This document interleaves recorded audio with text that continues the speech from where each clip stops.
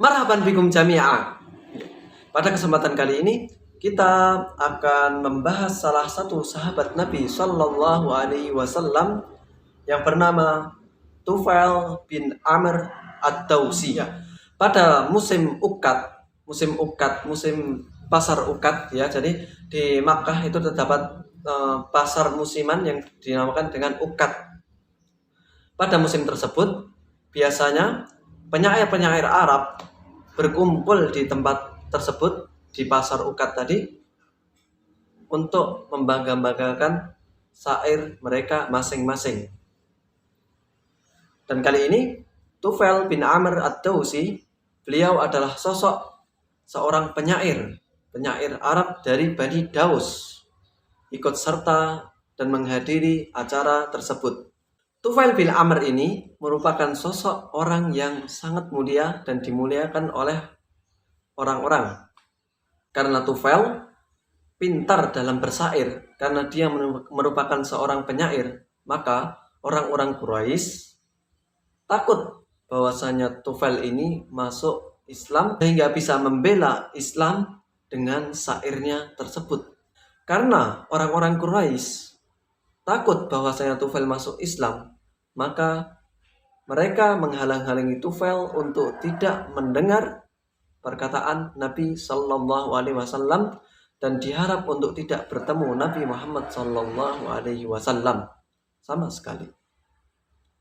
Lalu mereka memanggil Tufail dan mereka berkata, "Ya Tufail, innaka qadimta biladana, wa hadha ar-rajulu alladhi baina adhhurina qad a'dhal bina. Faqad farraqa jama'atana wa syaqqat amrana wa innama qawluhu kas-sihri yufarriqu baina ar-rajuli wa baina abihi wa baina ar-rajuli wa baina akhihi wa baina ar-rajuli wa baina zawjatihi wa inna nakhsha 'alayka wa 'ala qaumika ma qad dakhala 'alaina fala tukallimannahu wa la tasma'anna minhu syai'a." Itulah perkataannya orang-orang Quraisy kepada Tufail bin Amr ad-Dawsi, yang artinya, "Wahai Tufail, sini Tufail. Ini begini. Jadi kamu kan sudah masuk kota kami, kota Makkah.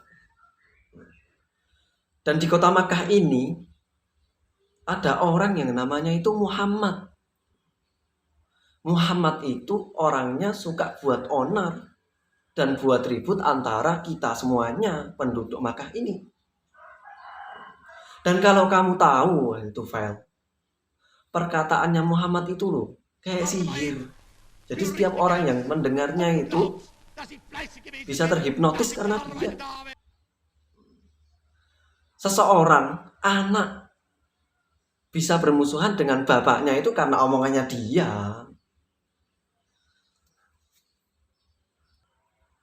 Dan sebelumnya kakak beradik bersaudara jadi tidak dekat karena omongannya dia, omongannya Muhammad itu. Dan sebelumnya suami istri jadi cerai juga karena omongannya dia. Dan hal itu sudah menimpa kepada kami penduduk Makkah. Kami takut hal itu menimpa kepada kamu pribadi dan kaum Daus itu, menimpa sebagaimana yang menimpa kami itu. Jadi saran kami, kalau kamu masuk kota Makkah di sini, jangan pernah dengar omongannya Muhammad. Nanti kamu kena bencana kayak yang terkena kami semua ini. Kalau Muhammad ngomong, ambil kapas, taruh telinga. Jangan pernah dengerin. Jangan pernah dengerin. Udah gak ada manfaatnya, tambah madorot lagi. Ya, demikianlah apa yang dikatakan oleh orang-orang Quraisy kepada Tufail bin Amr ad-Dawsi. Kemudian, karena Tufail telah diberitahu oleh penduduk Makkah demikian, maka dia melakukan apa yang disyaratkan. Dan Tufail masuk Makkah dan mendatangi Ka'bah lalu dia sudah menutup telinganya, kedua telinganya dengan kapas. Takut kalau omongannya Nabi Muhammad SAW didengar oleh Tufail tadi. Bahwasanya Nabi Muhammad SAW sedang sholat. Dan pada saat itu juga Allah Subhanahu wa taala membuka hatinya dengan berkata sendiri. Jadi Tufail berkata kepada dirinya sendiri, saya adalah seorang laki-laki yang bisa membedakan antara baik dan buruk.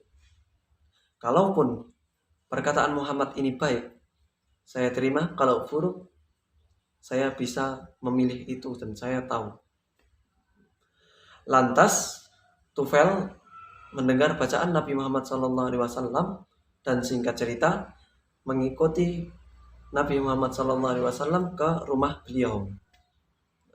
Tatkala masuk, Tufail dan bercerita apa yang telah dikatakan oleh penduduk Makkah kepadanya, dan dia siap mendengarkan ucapan Nabi Muhammad SAW. Dan pada saat itu juga Nabi Muhammad SAW menanyakan apakah dia mau masuk Islam, dan dia mau masuk Islam, dan Nabi membacakan Al-Quran kepadanya. Lantas Tufail berkata kepada Nabi Muhammad SAW bahwasanya dia merupakan orang yang perkataannya itu didengar oleh keluarganya. Lantas dia meminta kepada Nabi Muhammad SAW untuk diberikan tanda untuk kebenaran apa yang dia bawa, yaitu al-Islam. Apakah tanda tersebut? Tanda tersebut adalah setelah ini. Tanda tersebut adalah sinar. Tatkala Tufail turun di suatu lembah, maka akan muncul sinar di wajahnya, sinar seperti lampu. Dan Tufail berdoa kepada Allah Subhanahu wa taala untuk dipindahkan lampu ini jangan di wajah, karena pada saat itu kalau ada putih-putih di wajah itu terkesan kayak suatu penyakit tertentu. Maka Tufail berdoa untuk dipindahkan ke tempat yang lain, maka sinar itu berpindah ke bagian kepalanya. Saya juga tidak pernah menyaksikan hal tersebut. Kemudian saat bertemu dengan bapaknya, Tufail mengatakan, wahai bapak, tunggu, jangan. Ada penghalang antara kita. Jadi jangan dekat-dekat sama saya. Ya, kita sudah beda lagi. Gak boleh dekat-dekat lagi. Lantas bapaknya bertanya, ada apa? Gak boleh dekat-dekat. Karena saya itu sudah masuk Islam. Sedangkan bapak, wahai bapak saya, belum masuk Islam. Masuk Islam dulu, baru boleh dekat-dekat sama saya. Nah, kemudian bapaknya masuk Islam, demikian juga dengan ibunya dan istrinya. Setelah menyampaikan Islam kepada keluarga dekatnya, maka Tufail menyampaikan Islam ini kepada kaumnya. Tentunya tidak di Makkah, tentunya di tempat tinggalnya sendiri. Setelah Tufail menyampaikan Islam ini kepada kaumnya, tidak ada yang beriman kecuali satu, yaitu Abu Hurairah. Lantas Tufail kembali kepada Nabi Sallallahu Alaihi Wasallam dan meminta kepada Nabi untuk didoakan untuk kaum Daus, kaumnya, untuk dihancurkan saja karena mereka tidak mau beriman. Lantas Nabi berdoa kepada Allah Subhanahu wa taala untuk Islam. Kemudian Tufail diperintahkan oleh Nabi Sallallahu Alaihi Wasallam untuk berdakwah kepada kaum Daus lagi dan tetap berusaha. Singkat cerita, setelah Nabi hijrah dan sudah berlalu perang Badar, perang Uhud, perang Khandaq, dan sampai kepada perang Khaybar, akhirnya Tufail bisa datang ke Madinah dan membawa sejumlah 80 orang atau 80 kepala keluarga ke Madinah dalam keadaan Islam. Subhanallah. Lantas Tufail dan kaumnya diberi bagian atau ghanimah yang ada di Khaybar. Setelah berjenjang waktu dan datang pada masa Fathu Makkah, penaklukan kota Makkah. Pada saat Nabi Sallallahu Alaihi Wasallam menghancurkan patung-patung, maka Tufail teringat akan berhala bapaknya Amr yang bernama Dzulkarnain, dan dia meminta izin kepada Nabi untuk membakar patung tersebut, dan diizinkan oleh Nabi Sallallahu Alaihi Wasallam.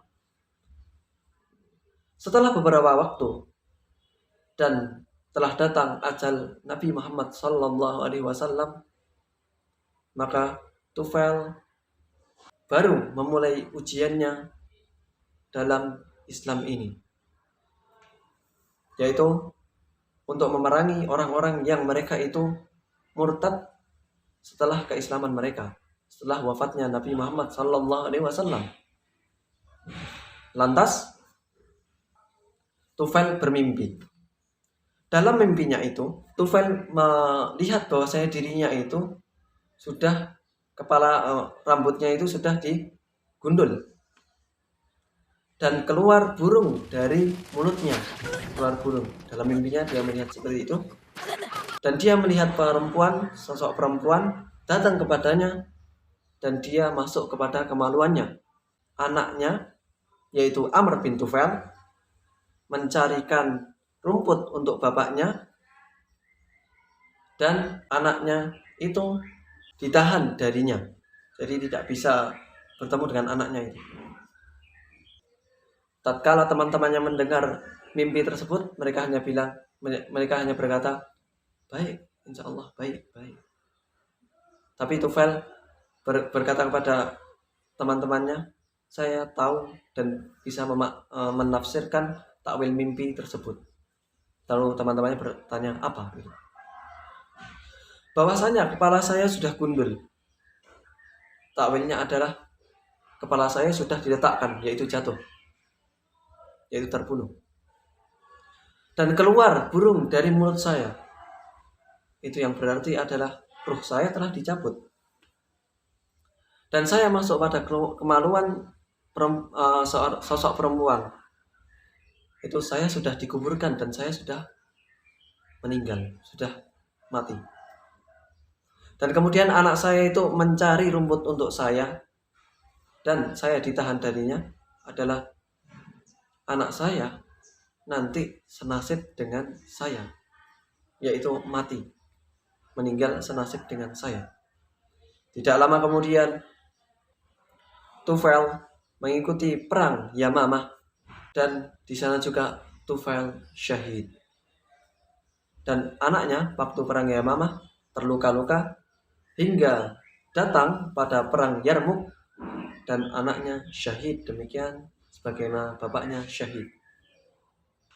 Demikianlah kisah dari sosok seorang sahabat yang bernama Tufail bin Amr ad-Dawsi, dan mempunyai anak bernama Amr juga. Kita lihat betapa perjuangannya seorang sahabat untuk Islam, berani syahid untuk nyawanya, dan berani berjuang untuk Allah Subhanahu wa Ta'ala. Dan dari kisah itu juga betapa rahmat dan kasih sayang, jadi kasih sayang seorang Nabi Muhammad Sallallahu Alaihi Wasallam untuk selalu mendoakan kaumnya agar masuk Islam. Dan saat Nabi mendoakan kaum Daus itu, Nabi mengangkat kedua tangannya tinggi ke langit seraya berdoa, Allahumma hdi Dausan.